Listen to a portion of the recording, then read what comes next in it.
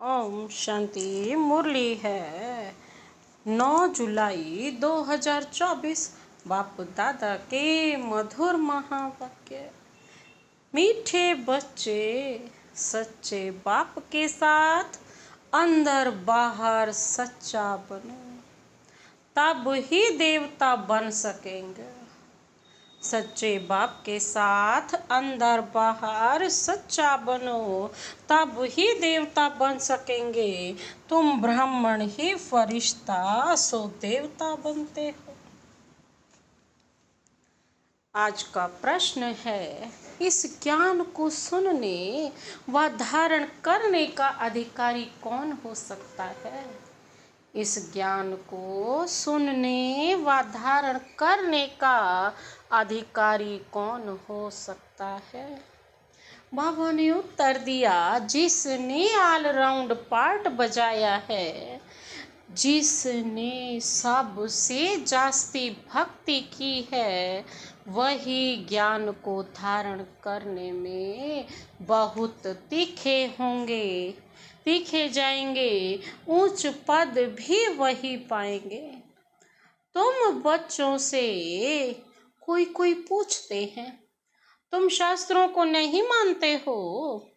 तो बोलो, जितना हमने शास्त्र पढ़े हैं, भक्ति की है, उतना दुनिया में कोई नहीं करता। हमें अब भक्ति का फल मिला है, इसलिए अब भक्ति की दरकार नहीं।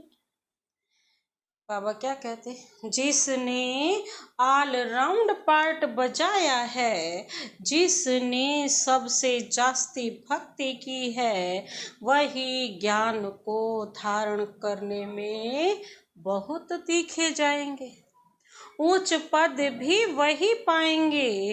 तुम बच्चों से कोई पूछते हैं, बाबा कहते तुम शास्त्रों को भी नहीं मानते हो?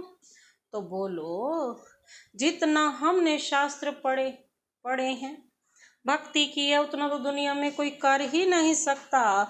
हमें अब भक्ति का फल मिला है, इसलिए हम भक्ति की दरकार नहीं। ओम शांति।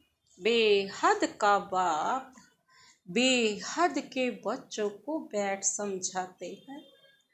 सभी आत्माओं का बाप सभी आत्माओं को समझाते हैं, क्योंकि वह सर्व का सद्गति दाता है। जो भी बाबा कहते हैं, सर्व का सद्गति दाता है ना, जो भी आता है उन सब की सद्गति करने वाला रास्ता तो बाबा ही बताता है ना, और तो कोई बता ना सके। बाबा क्या कहते, सर्व का सद्गति दाता तो एक बाप ही है ना। जो भी आत्माएं हैं, जीव आत्माएं ही कहेंगे, उन्हें शरीर तो नहीं, तो आत्मा देख नहीं सकती। भल ड्रामा के प्लान अनुसार स्वर्ग की स्थापना बाप कर रहे हैं, परंतु बाप कहते हैं, मैं स्वर्ग को देखता नहीं हूँ। जिन्हों के लिए है वही देख सकते हैं। तुमको पढ़ाकर फिर मैं तो कोई शरीर धारण करता ही नहीं हूँ, तो बिगर शरीर कैसे देख सकूंगा? ऐसे नहीं, जहाँ तहाँ मौजूद हूँ। बाबा ऐसे कहते हैं, मैं हर जगह पे मौजूद भी नहीं हूँ। तुम चाहो कि जहाँ तहाँ मौजूद है, सर्वव्यापी है। बाबा कहते हैं ऐसा नहीं है। सब कुछ देखते हैं नहीं, बाप सिर्फ देखते हैं तुम बच्चों को, जिनको गुल गुल बनाकर याद की यात्रा सिखलाते हैं। बाबा कहते हैं, योग अक्षर भक्ति का है, ज्ञान देने वाला एक ज्ञान का सागर है। उनको ही सतगुरु कहा जाता है, बाकी सब हैं गुरु। सच बोलने वाला, सच खंड स्थापन करने वाला वही है। भारत सच खंड था, वहाँ सब देवी देवता निवास करते थे। तुम अभी मनुष्य से देवता बन रहे हो। तो बच्चों को समझाते हैं, सच्चे बाप के साथ अंदर बाहर सच्चा बनना है। पहले तो कदम कदम पर झूठ ही था, वह सब छोड़ना पड़ेगा। अगर स्वर्ग में उच्च पद पाना चाहते हो तो भले स्वर्ग में तो बहुत जाएंगे, परंतु बाप को जानकर भी विकर्मों का विनाश नहीं किया तो सजाएं खाकर हिसाब किताब चुकता करना पड़ेगा। फिर पद भी बहुत कम मिलेगा। राजधानी स्थापन हो रही है पुरुषोत्तम संगम युग पर।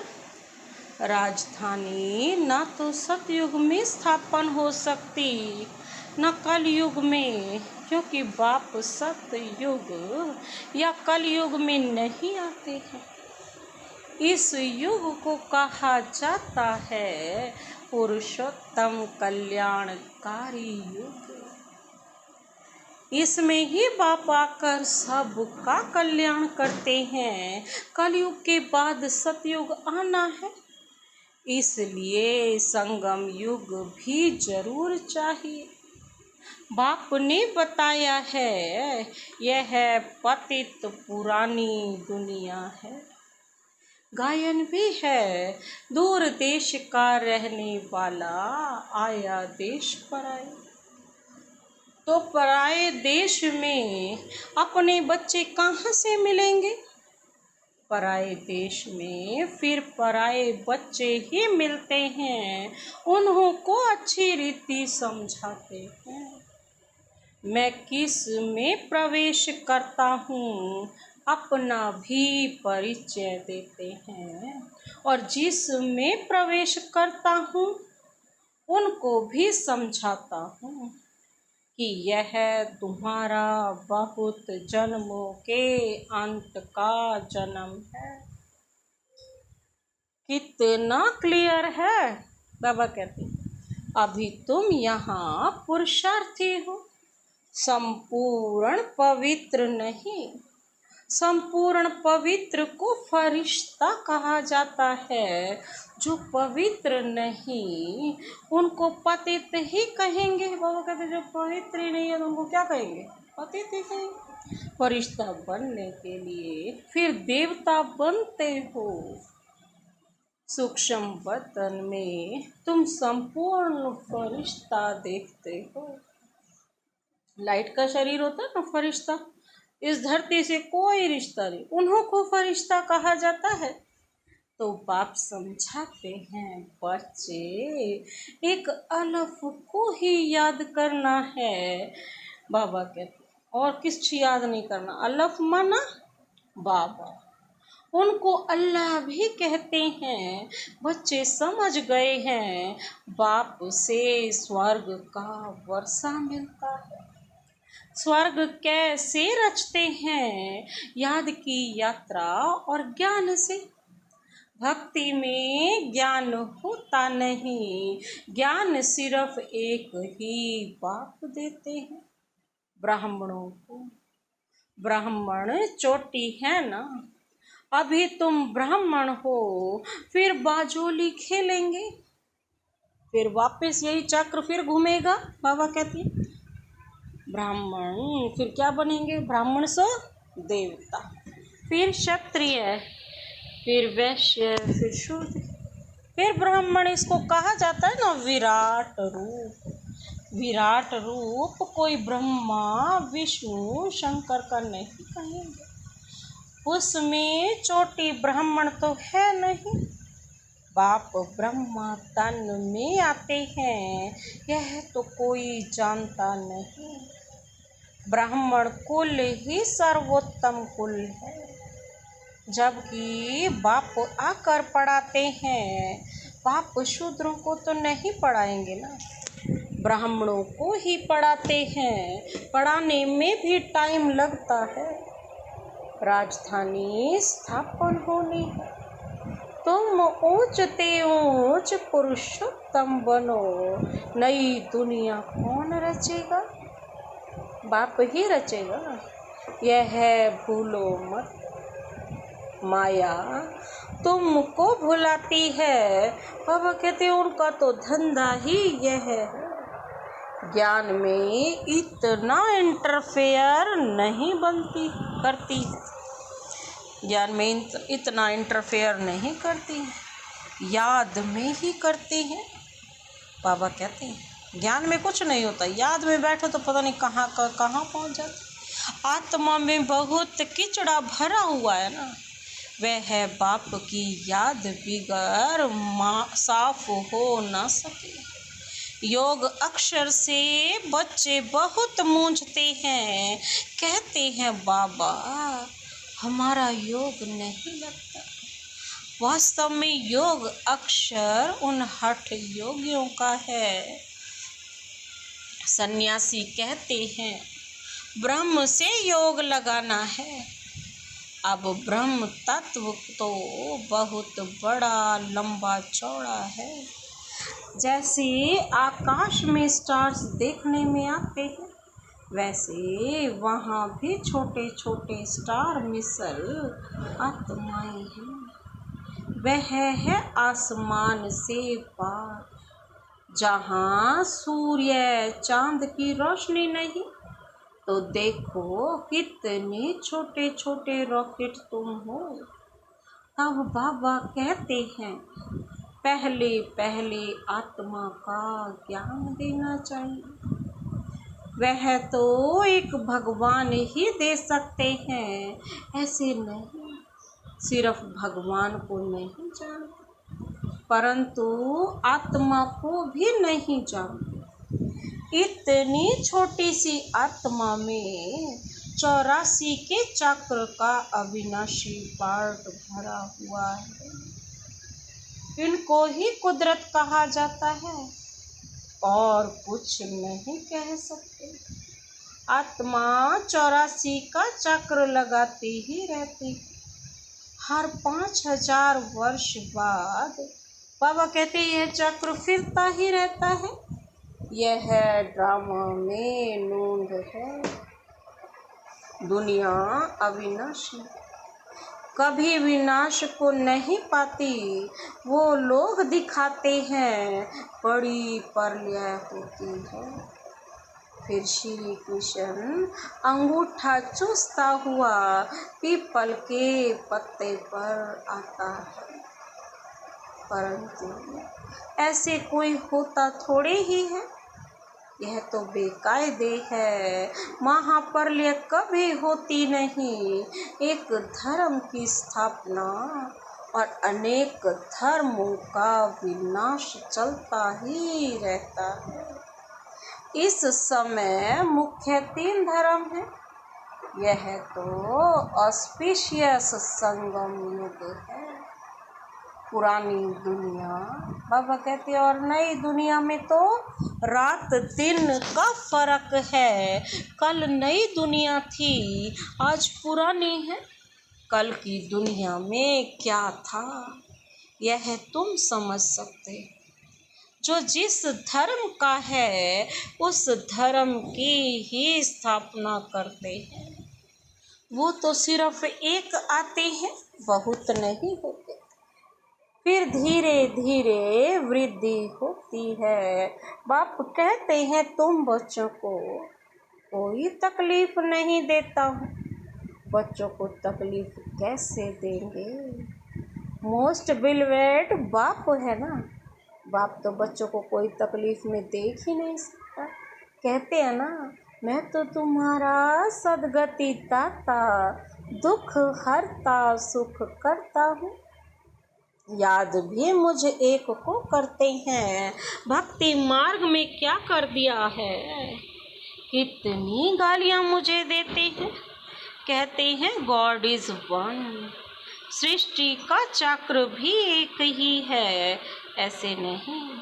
आकाश में कोई दुनिया है, आकाश में स्टार्स हैं, मनुष्य तो समझते हैं एक एक स्टार में सृष्टि है।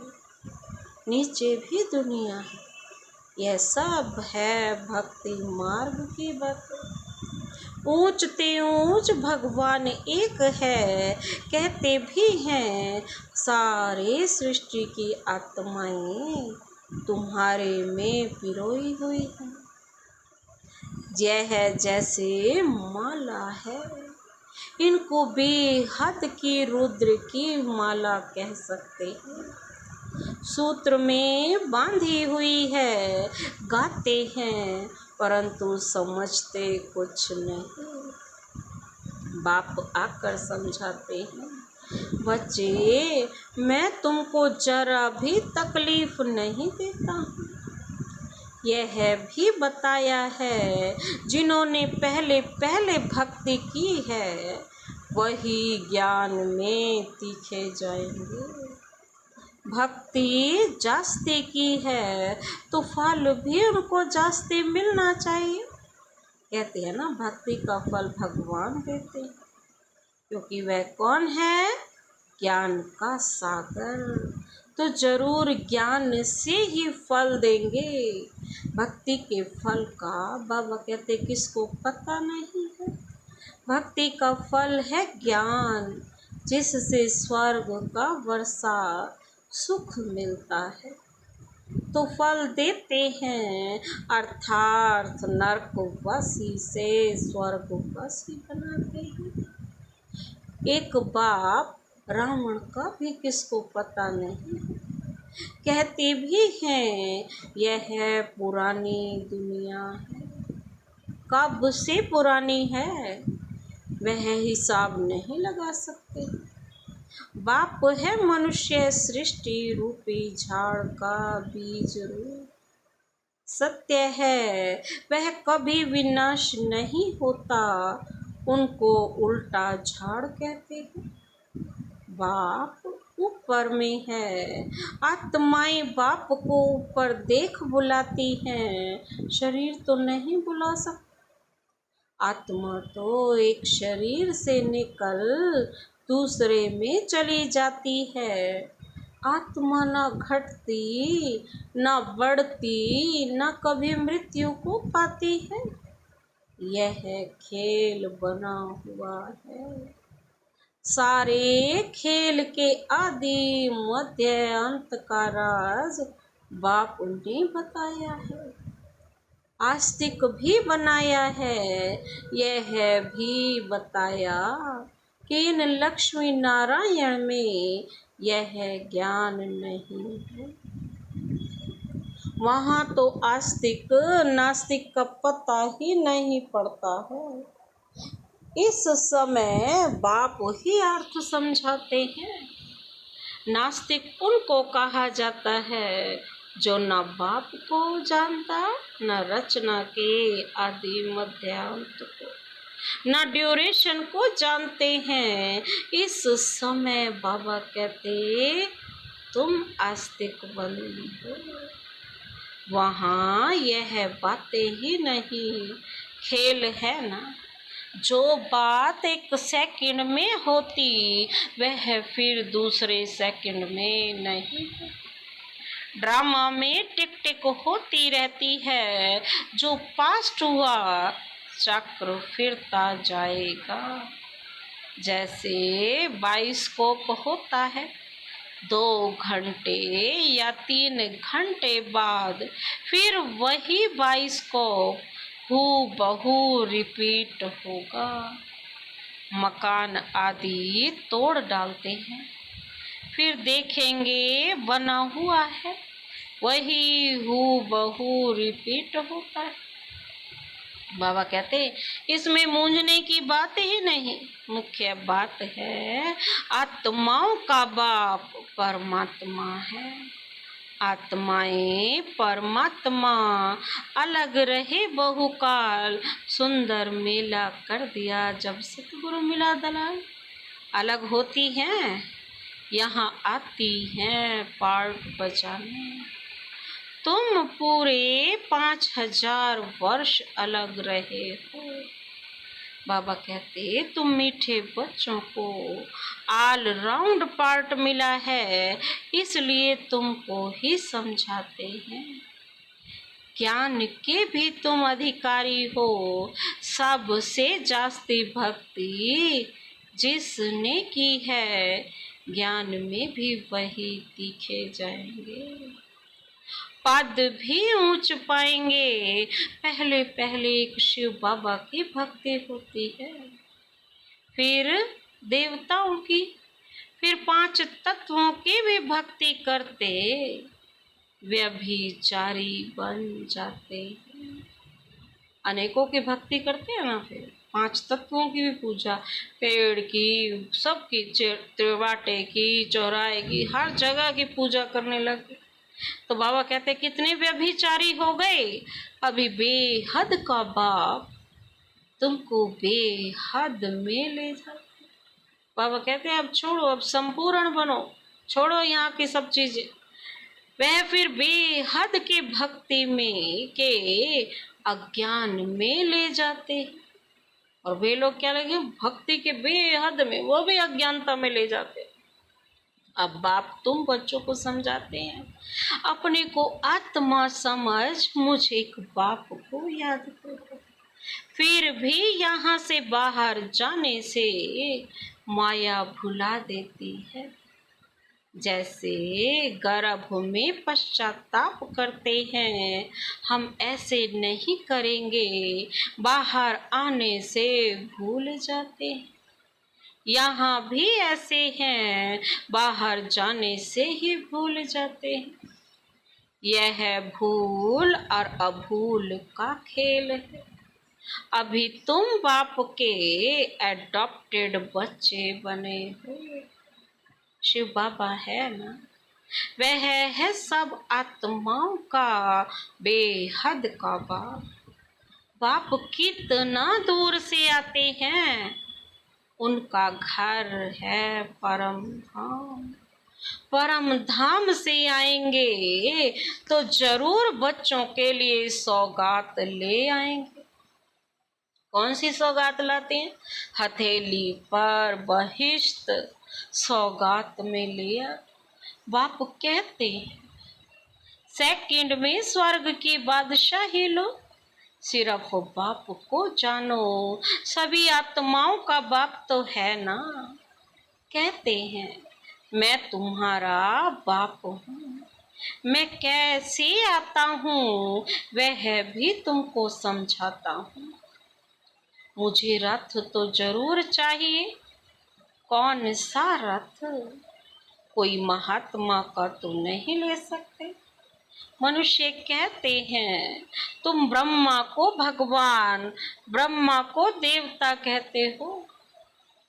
अरे हम कहाँ कहते हैं, झाड़ के ऊपर एकदम अंत में खड़े हैं, जबकि झाड़ सारा तमो प्रधान है। ब्रह्मा भी वहाँ खड़ा है, तो बहुत जन्मों के अंत का जन्म हुआ ना। बाबा खुद कहते हैं मेरे बहुत जन्मों के अंत के जन्म में जब वानप्रस्थ अवस्था होती है, तब बाप आते हैं, जो आकर धंधा आदि छुड़ाया। बाबा ब्रह्मा बाबा कह रहे हैं अंत में आते हैं, जब 60 साल की आयु हो गई। तो बाबा कहते वानप्रस्थी हो गए 60, तो जो आकर धंधा आदि छुड़ाया। 60 वर्ष के बाद मनुष्य भक्ति करते हैं भगवान से मिलने के लिए। बाप कहते हैं तुम सब मनुष्य मत पर थे, अभी बाबा तुम्हें श्रीमत दे रहे। शास्त्र लिखने वाले भी मनुष्य हैं, देवताएं तो लिखते नहीं न पढ़ते हैं। सतयुग में शास्त्र होते नहीं, भक्ति ही नहीं। शास्त्रों में सब कर्म कांड लिखा हुआ है, यहाँ वह बात है नहीं। तुम देखते हो बाबा ज्ञान देते हैं। भक्ति मार्ग में तो हमने शास्त्र बहुत पढ़े हैं। कोई पूछे तुम वेदों शास्त्रों आदि को नहीं मानते हो? बोलो जो भी मनुष्य मात्र हैं उनसे ज्यादा हम मानते हैं। शुरू से लेकर अव्यभिचारी भक्ति हमने शुरू की है। शुरू से लेकर अंत तक एक शिव की भक्ति हमने शुरू की है। अभी हमको ज्ञान मिला है, ज्ञान से सद्गति होती है, फिर हम भक्ति को क्या करेंगे? बाप कहते हैं बच्चे, hear no evil see no evil. तो बाप कितना सिंपल रीति समझाते हैं। मीठे मीठे बच्चे अपने को आत्मा निश्चय करो। मैं आत्मा हूँ वह कह देते अल्लाह हूँ। अल्लाह हूँ तुमको शिक्षा मिलती है। मैं आत्मा हूँ बाप का बच्चा हूँ, यही माया घड़ी घड़ी भुलाती है। देह अभिमानी होने से ही उल्टा काम होता है।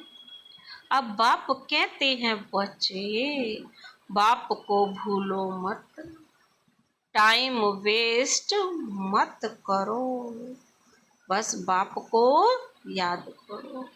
अच्छा मीठे मीठे सिकिल दे बच्चों प्रति मात पिता बाप दादा का याद प्यार और गुड मॉर्निंग। रूहानी बाप की रूहानी बच्चों को नमस्ते। हम रूहानी बच्चों की रूहानी बाप दादा को नमस्ते नमस्ते नमस्ते। Good morning. शुक्रिया बाबा शुक्रिया। धारणा के लिए मुख्य सार है। पहला पॉइंट है रचयिता और रचना के राज को यथार्थ समझ आस्तिक बनना है। ड्रामा के ज्ञान में मूंझना नहीं है। अपनी बुद्धि को हद से निकाल बेहद में ले जाना।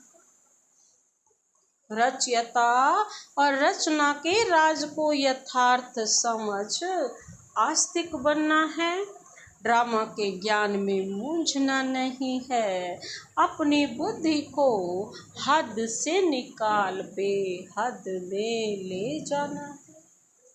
दूसरा पॉइंट है सूक्ष्म वतनवासी फरिश्ता बनने के लिए संपूर्ण पवित्र बनना है। आत्मा में जो कीचड़ा भरा है उसे याद के बल से निकाल साफ करना है। सूक्ष्म वतनवासी फरिश्ता बनने के लिए बाबा कहते हैं संपूर्ण पवित्र बनना है। आत्मा में जो कीचड़ा भरा है उसे याद के बल से निकाल साफ करना है। आज का वरदानी हाथ सदा अपने सिर पर अनुभव करते हुए यह वरदान अपने में समाते हैं। ईश्वरीय रस का अनुभव कर एक रस स्थिति में स्थित रहने वाली श्रेष्ठ आत्मा भव। ईश्वरीय रस का अनुभव कर एक रस स्थिति में स्थित रहने वाली श्रेष्ठ आत्मा भव। विस्तार है जो बच्चे ईश्वरीय रस का अनुभव कर लेते हैं उनको दुनिया के सब रस फीके लगते। जब है ही एक रस मीठा तो एक ही तरफ अटेंशन जाएगा ना, सहज ही एक तरफ मन लग जाता है। मेहनत नहीं लगती है, बाप का स्नेह, बाप की मदद, बाप का साथ, बाप द्वारा सर्व प्राप्तियां सहज एक रस स्थिति बना देती हैं। ऐसी एक रस स्थिति में स्थित रहने वाली आत्माएं ही श्रेष्ठ है। आज का स्लोगन, किचड़े को समाकर रतन देना ही मास्टर सागर बनना है। किचड़े को समाकर रतन देना ही मास्टर सागर बनना है।